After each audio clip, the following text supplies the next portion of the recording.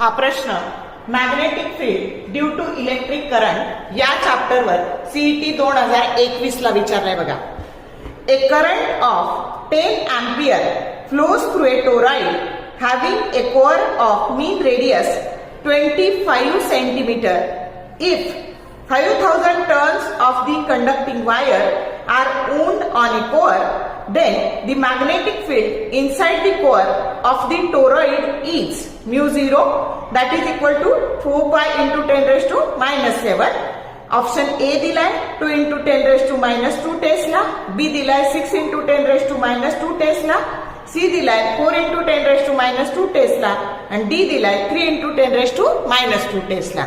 मग आपल्याला टोरॉइडच्या इनसाइड असणारी मॅग्नेटिक फील्ड ही कोणत्या फॉर्म्युल्याने एक्सप्रेस केली जाते तर B that is equal to mu0 mi.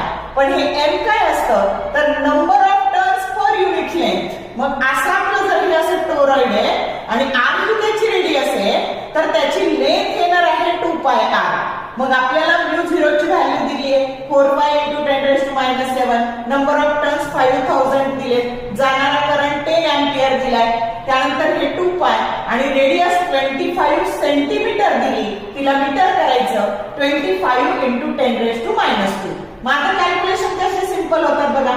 25 to the 50 म्हणजे हे गेले हे पाय गेले. मग आता हे 4 शिल्लक राहिले आणि बाकी 10 च्या पॉवर सोडवायच्या.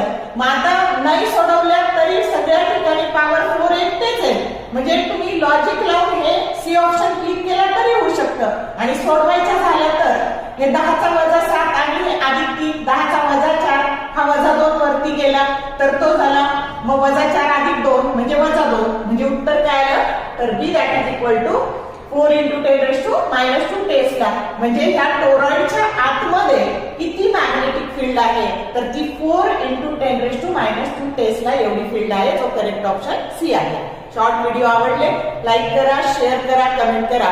For more useful tips and tricks keep watching wings of physics. Thank you very much.